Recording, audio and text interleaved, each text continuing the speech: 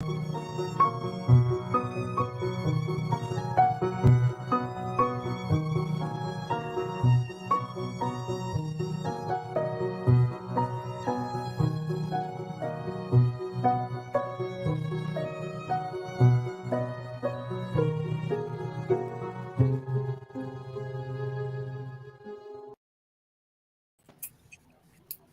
there. Today we are excited to announce the upcoming Desert Palm Press anthology called Tales from Under the Desert Palm, which will be released on December 27th, so next month, and all proceeds will go to charity. To discuss what the anthology includes, we have here today 9 authors who contributed to the short story anthology. Each story acts as a prequel or a post-quel to at least one story they previously published through Desert Palm Press, meaning the story takes place either before or after the published book and provides us with a look into some of our favorite characters. So let me introduce you to each author. Ray Magnan. There's Ray. Tony Draper. Hello. Antonelle. Kelly Doherty. Nat Burns. Hello, everyone. Shay Cassidy. Janice Mills. Hi. Ellen Hoyle. Ellen, wave. And I'm Jazzy Mitchell. So the 9 of us are here today. I'm glad that you were all able to make it here today to discuss our short stories. Thank you and welcome. So let's talk about our stories then. The first few questions I have for each one of us is, what's the name of your short story? What book or books did you write it about? And is it a prequel or a postquel? So let's start off with Ray.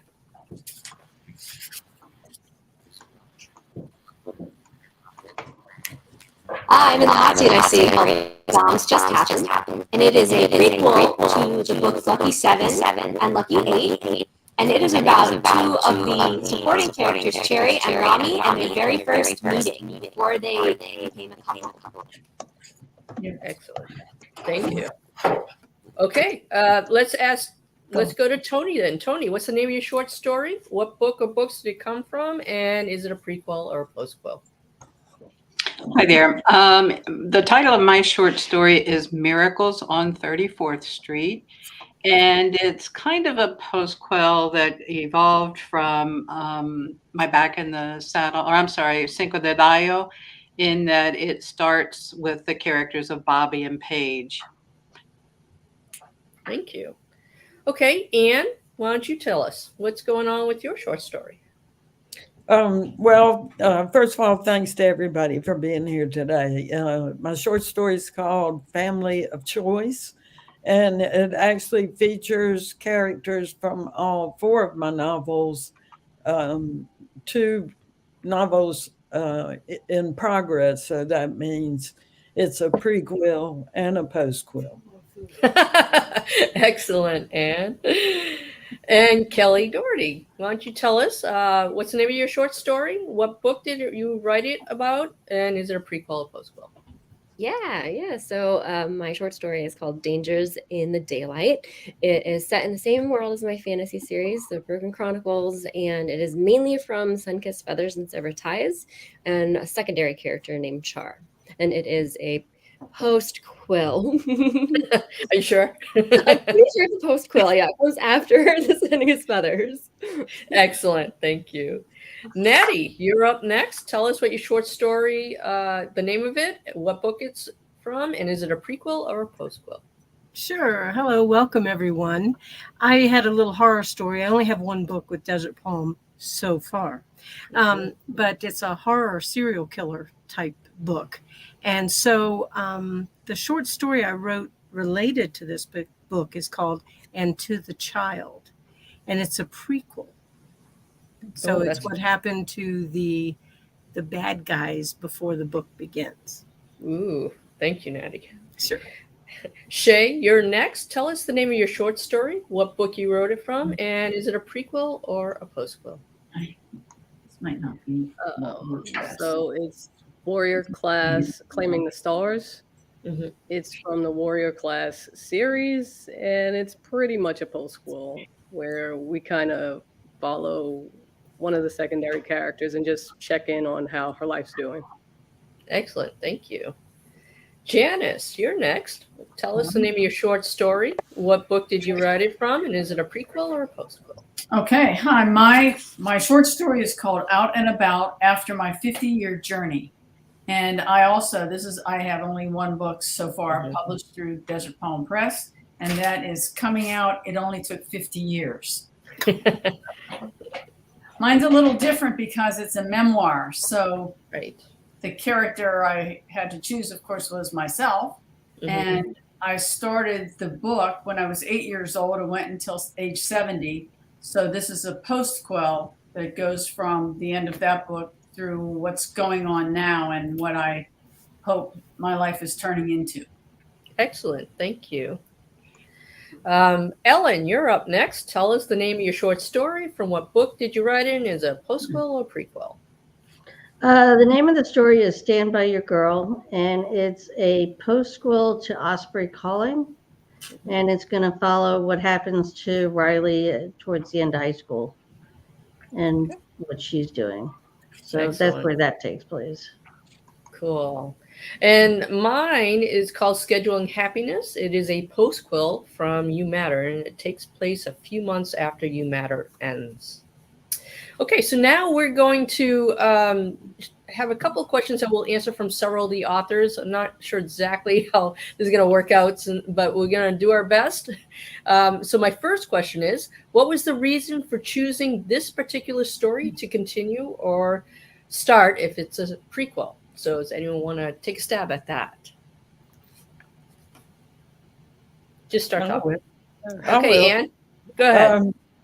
Well, a holiday gathering, mine said a holiday gathering, said as a holiday gathering. And I think that always makes it easy to bring together a bunch of people.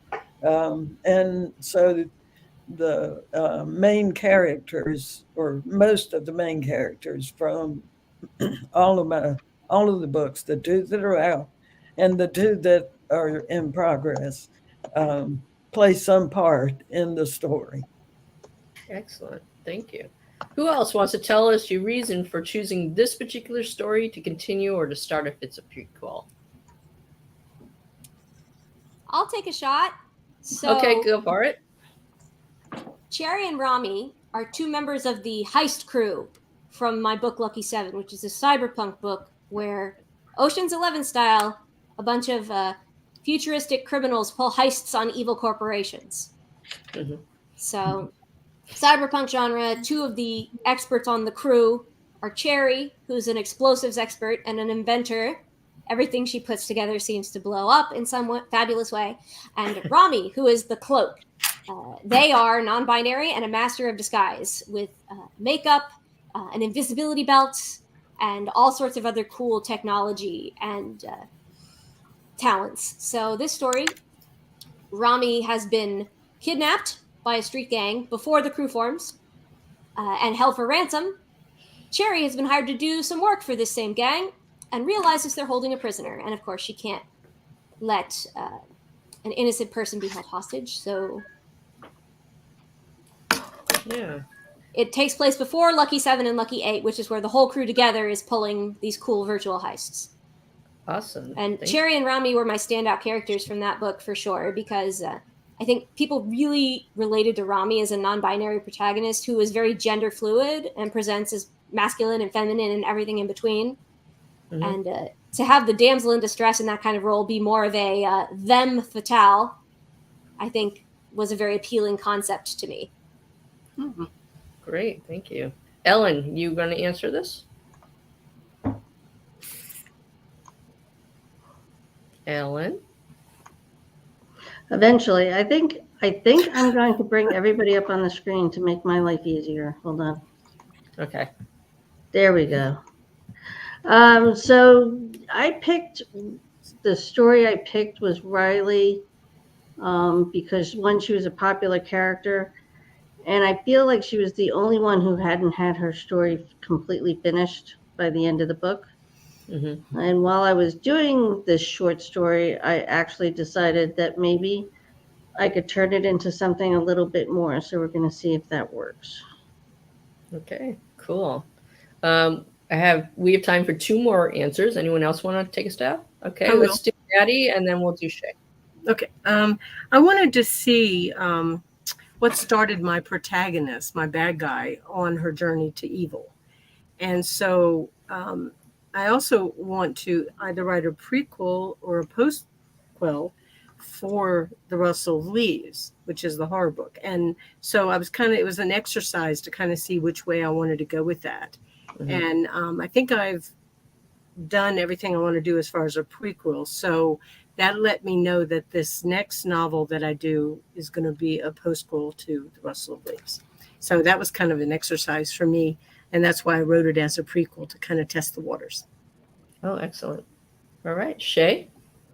So I kind of wrote this because I like happy endings, and Warrior Class, well, I guess it has a happy ending, ends kind of depressing. So I just wanted to check in with the characters and show readers, yeah, it wasn't as bad as it looked, and it turned out fine. So everybody's, okay.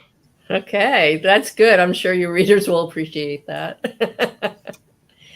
All right, so let's go on to the next question, which is why did you decide on that time frame? So when I talk about that, it's not really whether it's a post-quel or prequel so much as the actual time period that you place your characters into. So who wants to let us know your thoughts on that? I'll go with that one. Okay, good. And I don't want to repeat this over and over, but it's very different because it's a memoir, and right. The character is me, and my secondary character was my mother. But this one, it's the time frame. When my book ended, I wanted it to go on with it. It started with being 8 years old and realizing that you were gay, and a lot of things that went on throughout my life that were very frightening, and a triple life that I had to live hiding because I was also an educator. And I want the post-quel to move on with not only after coming out and I married a woman and life is wonderful, but it's what else can happen and what good things can happen, not only for me, but it's going on. The character myself is going on trying to help young people to come out or to understand that you do have one, as far as we know, you've got one time in this life on this earth, and to live your own truth just makes life obviously so much better. But telling people that doesn't do it. When a kid or a young adult or at any age, when you're scared to death, if you're in your 60s and you want to get out of a marriage because you've fallen in love with someone your own gender, a straight marriage, it's still so frightening.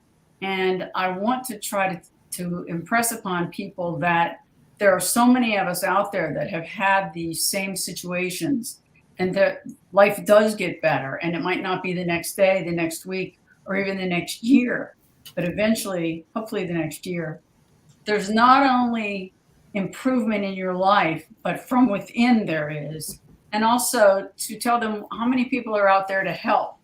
My biggest concern is young kids who are denied by their families, are told, well, I'm not paying for college anymore now that you're queer, something like that. And not only do they go into depression, but go into perhaps thoughts of suicide and even suicide. And so to take it beyond just my story was what's important to me, and hopefully what's important to the reader, because the whole reason for writing my memoir was to help others who are having trouble coming out, or to help the families of those who are coming out and the families are denying them or afraid or embarrassed or whatever that negative kind of emotion might be, to let them know that there's help out there and it really is okay. So this post-quel that you wrote, it's continuing on from your memoir, obviously in present day then. Correct. About what's been happening. And And I would suppose, although I don't know, I haven't read your short story yet, although I'm looking forward to it. I'm supposing that you are referring to navigating throughout modern day while dealing with these types of issues. Exactly. Excellent. Yes. Thank you, Jan. And in the meantime, I'm in the process of moving to Florida. And of all political arenas to be thrown into, it's just, I think if anybody needs help, they do. Well, I'm sure if anyone can help, it will be you. I will try. There you go. That's what we want to have happen. I'll become an activist more than ever now. All right. Ray, did you want to add on? Looks like Ray's having a little trouble. Yeah, we're having an audio issue with Ray again. Okay, sorry, Ray. We're going to go on to someone else for now. Who else wants to talk about why they decided on the particular time frame that they have in their short story? I'll go. Okay, go for it. The original title of my short story was Feliz Navidad. And that was following along Cinco de Mayo with numbers, holidays, what have you. But I quickly changed my mind, or it was changed for me. And like Anne, there was an event that brought characters from all of my books together, including one that I'm currently working on. I kind of left it the same time frame, the holiday times, although it starts in November and goes through Friendsgiving and then into Miracles on 34th Street, which it's a Christmas thing and it does involve miracles, but that's the reason for the time frame. Okay, excellent. Who else wants to tell us a little bit about their time frame? I'll go. All right, let's do Ellen and then we'll do Anne. So I picked the time frame that I did because in the book, Riley is a very young teenager, and she presents herself as very confident and very self-assured. And so I wanted to see what would happen when you moved her into that period of life when you're suddenly about to be thrust into the world at large and you're no longer as confident as you had been, and to see what that was. Excellent. Yeah, I would think with the high schoolers, that's a very vulnerable time for them to be navigating all of this. All right, excellent. And let's try Anne. You were going to talk to us about this? Yeah. Again, because it features several of the characters in different books, then there's a move afoot to get Sam, who's a new character that you wouldn't have met yet, is a neighbor. And so they're wanting to hook her up with Lee, who is in How Sweet the Sound as Val's cycling partner. And they're both cyclists. So they want to get them together. And I thought, that holiday time, you always read these holiday romances. And I thought that just seemed like the perfect time. Excellent. Okay. We have time for one more person to answer this question. So anyone else want to talk to us about their time frame? Okay, I will. So the time frame that I wrote about was in the summer 2021, and then going forward. And it was really, it was started in 2019, actually, through 2021. And it was about how COVID affected my main characters from You Matter. And because at the end of You Matter, they had gotten engaged, but they had to keep rescheduling their marriage, their wedding, because of COVID and how that affects them. And the reason why is I know a lot of people feel like they don't want to write about COVID or its effects yet, but I felt that it was more realistic, and I knew that I wanted to write a book 2 to You Matter. And in order to do that, I needed to, in some way, talk about how it affected them so that I could write in present day. I didn't want to just skip over that whole pandemic thing. All right, thanks. So what we're going to do now is I'm going to ask all of you, which characters did you showcase, and then set up the short story as if we haven't read the book or books that it's attached to. So I'm just going to call on you. It'll be a little easier to do it that way. So again, which characters did you showcase? What's the story about? And set it up so that if someone hasn't read the books, it's attached to that they will understand it. Let's start off with Ellen. Okay. So the characters I'm using is Riley from Osprey Calling, and I'm introducing a new character, Leah Gardner, who is a Shinnecock Indian, and which are around the North Fork of Long Island. So what we're going to do is this is their coming out story, and each one is expecting a certain reaction from their parents, because Riley's aunt is gay, and she has her partner Nicole, and so she thinks that everything's going to be hunky dory. And meanwhile, Leah comes from a very conservative area, and so she thinks that it's not going to go so well. So the story is going to look at how the reaction affects them, and whether they get the reactions they thought they were going to get. Okay, great, thank you. Anne, why don't you fill us in on this?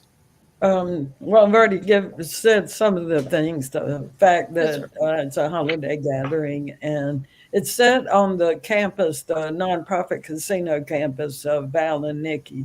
And so all of their friends are getting together, and they're wanting to hook up, Lee and Sam. And so the story focuses on the tension about this, alleged hookup or whatever they want them to get together.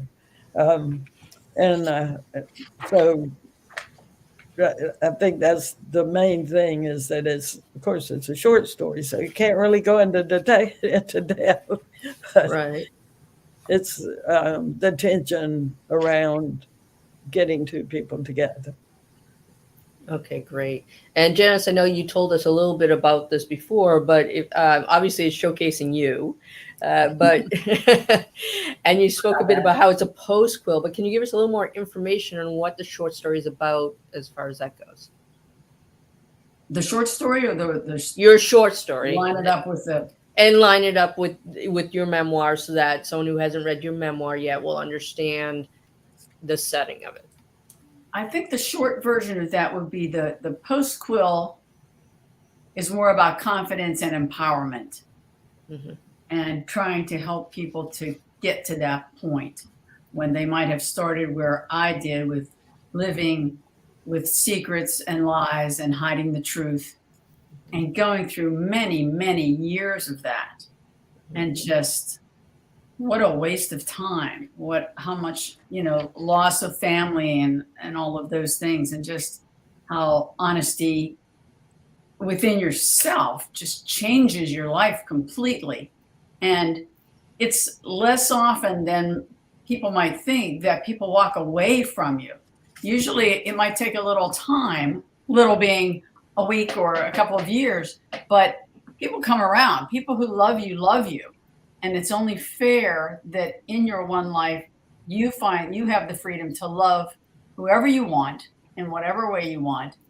And that's my message, to be open and love who you love.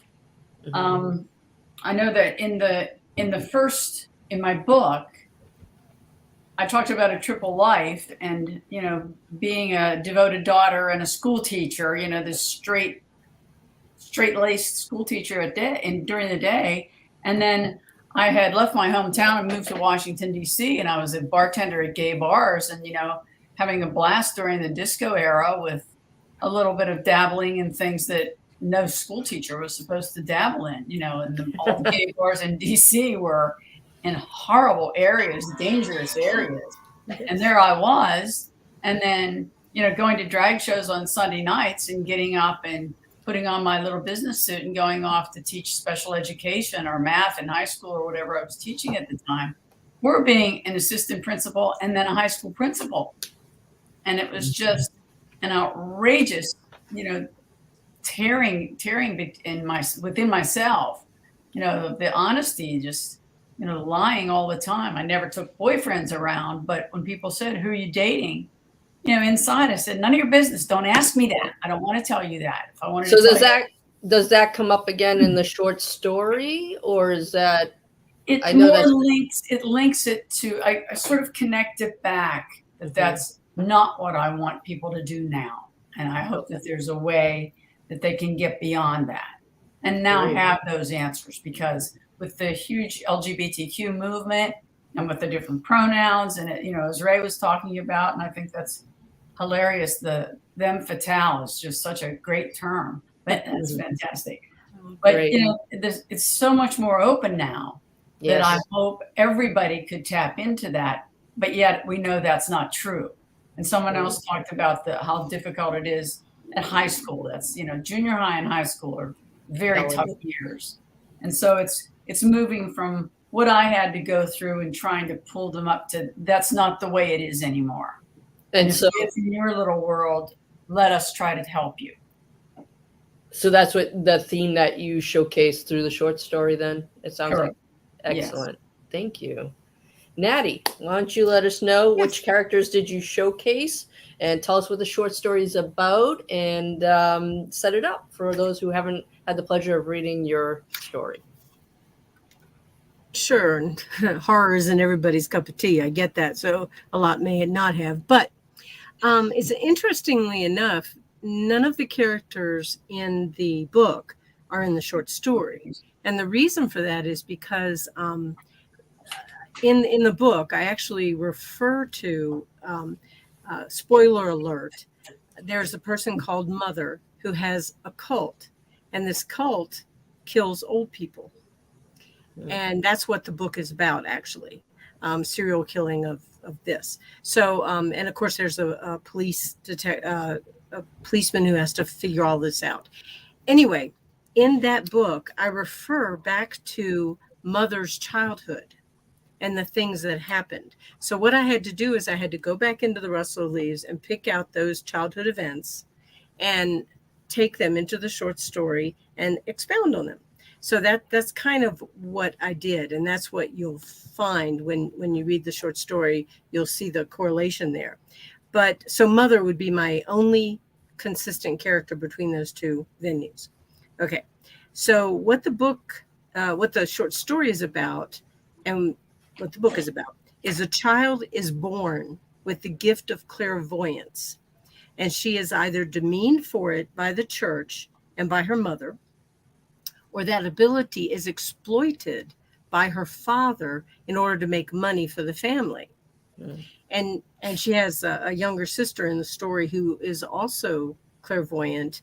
And I won't tell you what happens to her. But anyway, you'll have to read the short story to find that out. But the child eventually learns how to use this ability to her own advantage, leading her into a life of murder to get her own way and to get where she wants to be, and also of controlling others. So it's kind of like hypnosis or mind control. She develops this because of her clairvoyant abilities. She knows what a person actually needs, and she can provide that to this person and then bring them aboard to do the things that she wants them to do.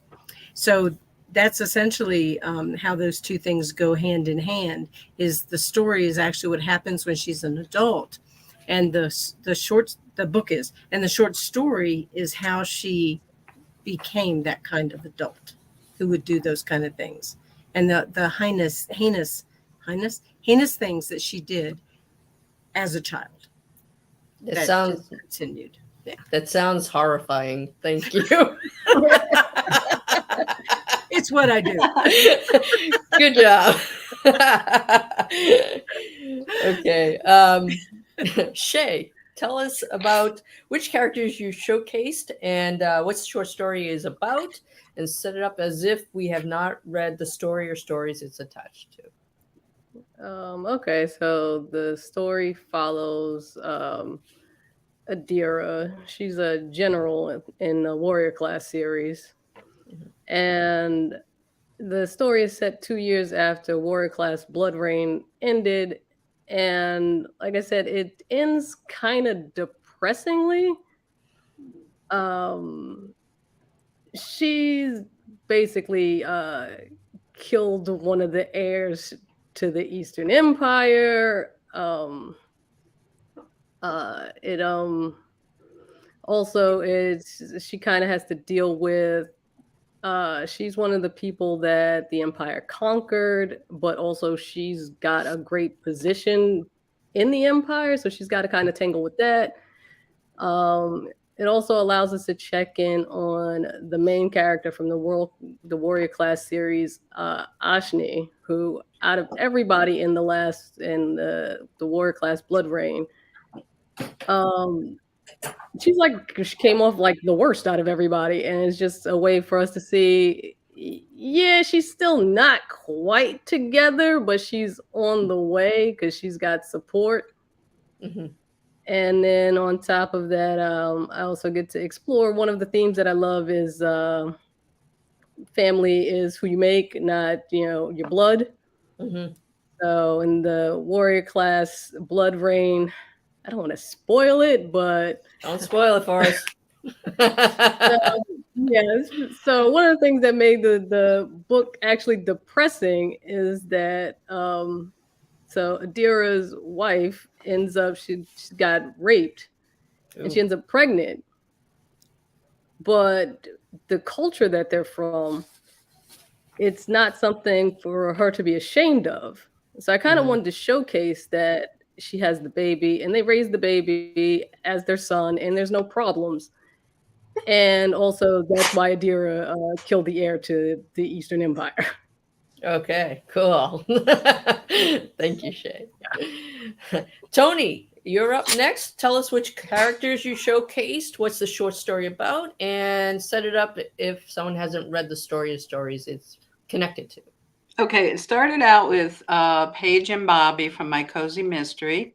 Okay. And it starts out where they're opening a new restaurant. Bobby had a little cantina on the San Antonio Riverwalk, and she had always dreamed of having a restaurant. So that's coming to be. And so that's the occasion where everybody in the community kind of comes together to support Bobby with the grand opening of the restaurant. And so I have the girls from Back in the Saddle, the rodeo women all show up to support. And you're also introduced to a new character or a love couple that are going to appear in my work in progress if I ever finish it, which involves a Border Patrol agent and an immigration social worker. So they've kind of gone their separate ways and they're going to get back together. That's, I don't want to give too much away, but again, from the grand opening of the restaurant, there's a couple little events where they get together. One of them is a Friendsgiving type thing. And then Miracles on 34th Street, the title came from Hondo, Texas. There is a 34th Street there. And they each kind of get their own little miracle or things that they wanted that they didn't think they were ever going to get. They get on that street. So excellent. That's kind of it in a nutshell. That's fun. Okay, thank you. Ray, why don't you tell us about which characters you showcased, what's the short story about, and set it up as if someone hasn't read the story or stories is connected to.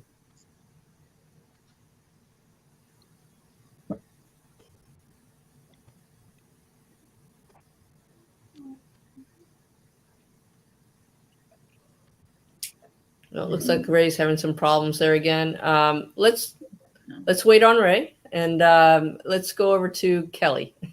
And Kelly, why don't you tell us which showcased characters you have, the short story is about, and connected to the story or stories it's connected to.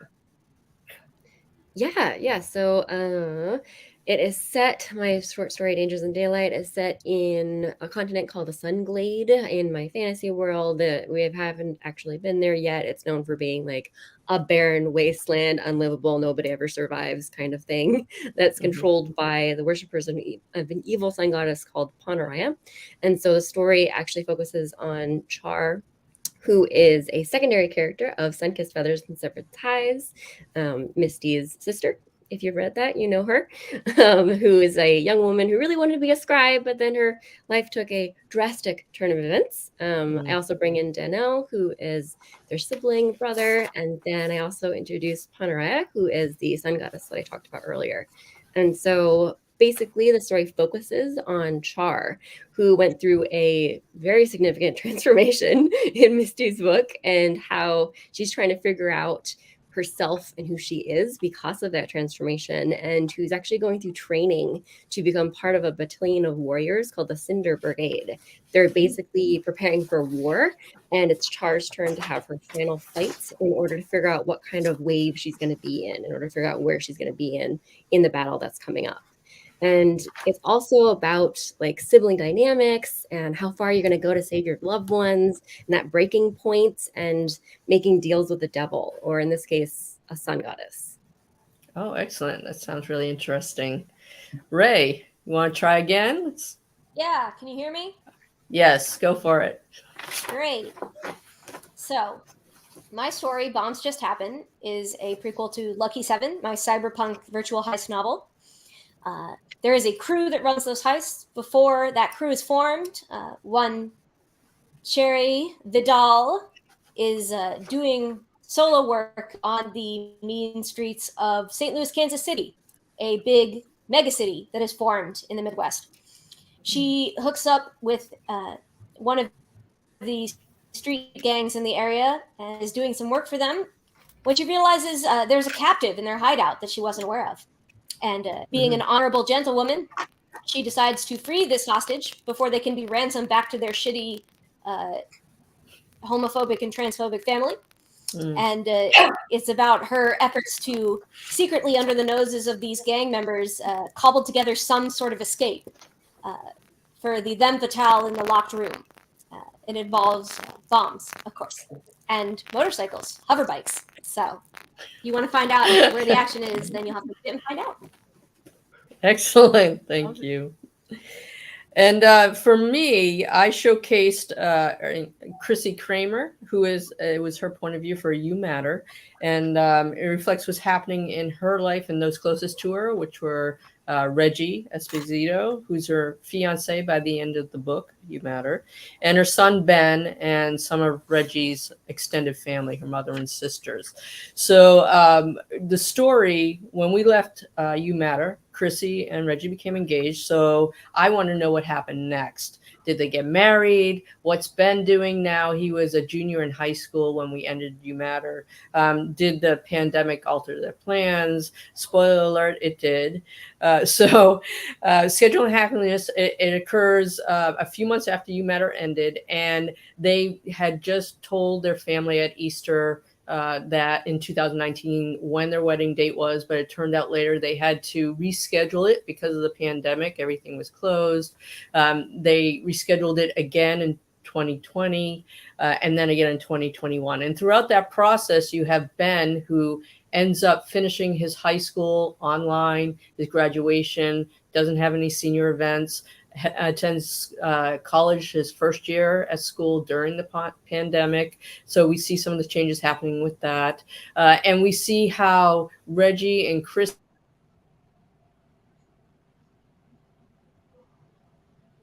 and Chrissy needs to learn that even though they have to keep rescheduling the wedding, it doesn't mean anything negative. It's not the world or some higher God or something telling her that maybe they shouldn't get married. Maybe she doesn't deserve to have happiness. And so we go through that journey with them. Cool.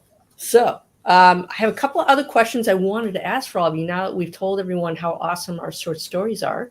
And so you can, again, just let me know if you want to answer any of them while we have a few minutes left. So the first question I have is, what drew you to those particular characters? Why did you want to revisit these characters or this particular book in the short story? I'll go. All right, go for it, Kelly. So I really wanted to showcase Char because she was a really fun character to write because I didn't actually get to write too much of her in Sunkissed Feathers, but she was so pivotal to Misty's story, but she just didn't get as much ink, so I wanted to continue her story as well.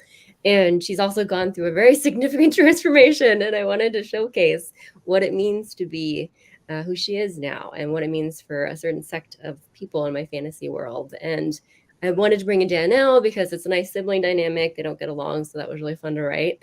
And I really wanted to showcase Panaraya, the sun goddess. She's wrathful and evil and fierce and terrifying and just amazing. And I haven't been able to actually showcase her yet. She's so important, but I haven't actually been able to showcase her. And so I wanted to do that as well. Oh, great. And Ray, you wanted to answer too, I think. Ray, did you want to answer? Yeah. Sure. Well, the reason I picked is honestly, I did an interview for a podcast called All Star Lesbian Books, and the wonderful host Zara, who is fabulous. If you want to check out their podcast, you should look on Facebook. Anyway, she said that Cherry and Ronnie were her favorite characters, and she hadn't seen other characters like in media, and she wondered how they got together, and that percolated the idea in my head that these two, because I know it's a group of how did they? All right. And I decided how to have explosions. I like to think I delivered on that front. Awesome. Thank you, Ray. Yeah, I heard a bit of an echo there, but I think we understood what you're saying. Sorry about that.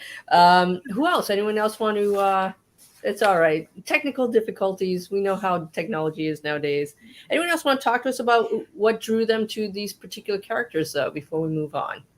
This may stir up a nest of worms, but I think that what I was trying to portray in this is to show how parents can do a number on their kids, and how sometimes what's it called, the fanatical religions can redirect a person's life, whether for good or for evil, and how that came about. So I think I was just kind of trying to portray that, and that's why I chose this prequel. Those sounds like really interesting themes. Yeah, that sounds really cool. Okay, let me ask a different question. Have you written short stories before? Maybe fanfic or something else? Who has? Okay, Shay? Yeah, I've written a few. I do fanfics, and also one of my books from way back, Bandages, is actually a collection of just short stories with two characters, Dane and Nicole. So I've done short stories before. Right. And I know that you do fanfic, and Ray, I know you do fanfic also, right?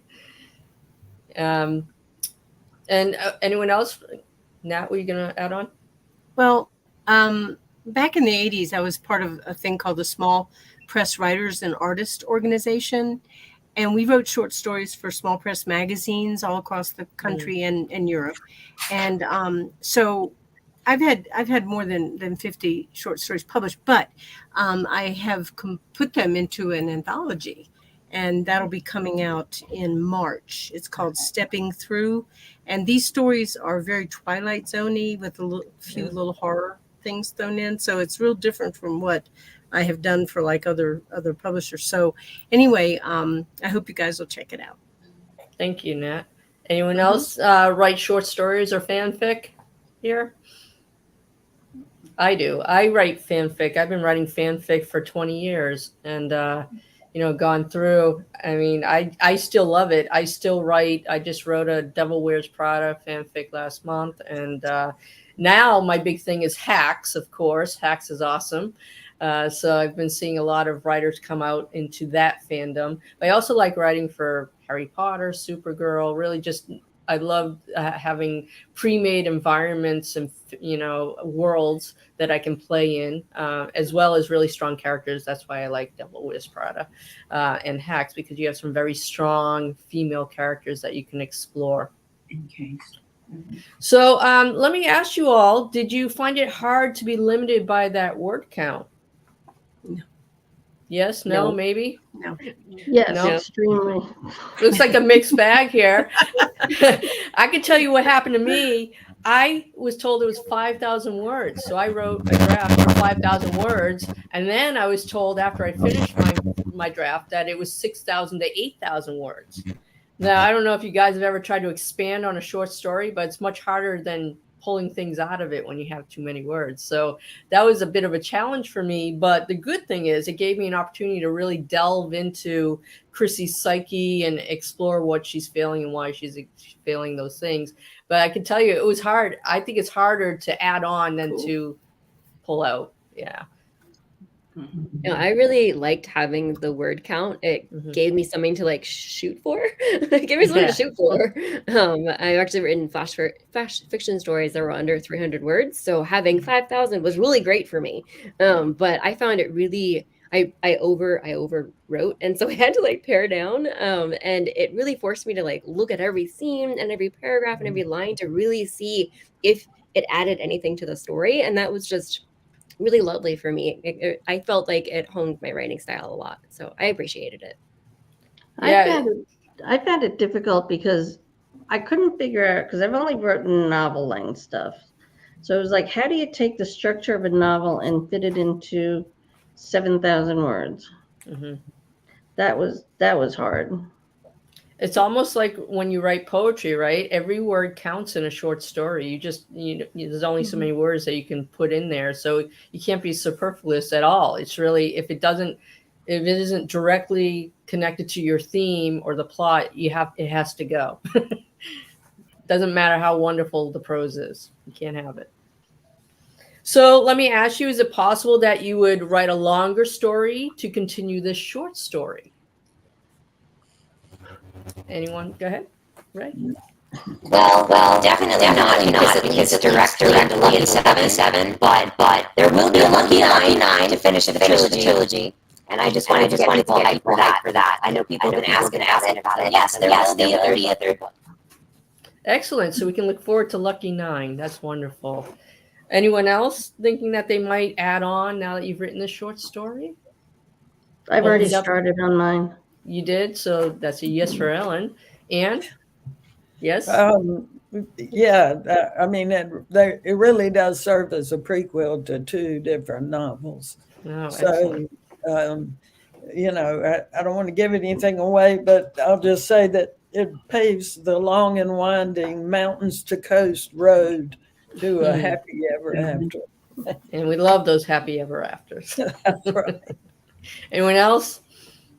I would say for me, no, but mostly because I left it off at a very intentional spot in the short story, and Char actually will make an appearance in the 5th book, so her story is not completely done because I wanted to weave it in another spot. But no, I don't want to continue that story anymore because I'll continue it in my longer work.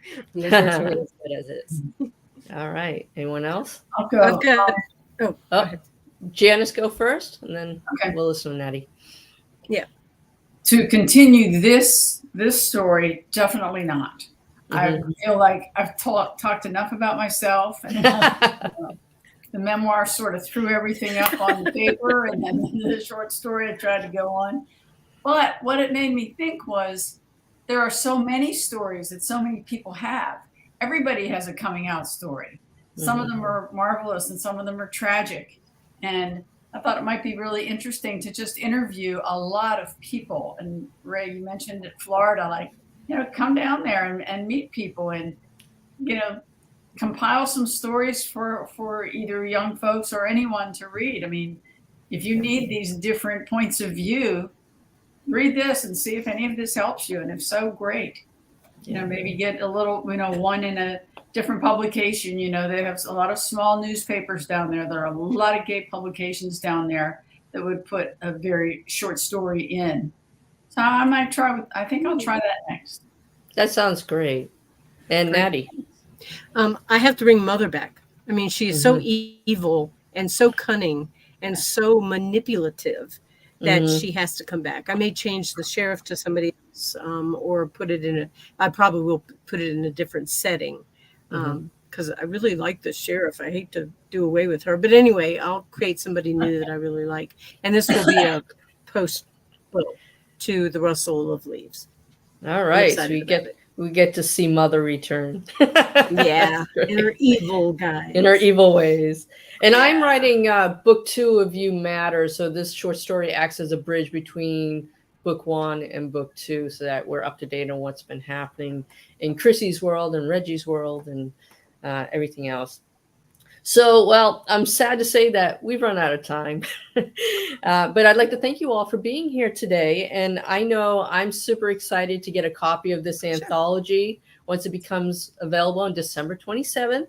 But for you and everyone who's watching, don't wait until then to check out these authors. You can go over to desertpalmpress.com and look at all the works and hopefully purchase some if you haven't had a chance to read them yet. And don't forget, if you go over to desertpalmpress.com, you can use the code 10DPP to get 10% off of all your ebooks. So I hope you'll do that. And again, thank you, authors, for being here today. And I hope you have a wonderful rest of your day. Thank you, guys. Thanks. Thank you. Sure thing.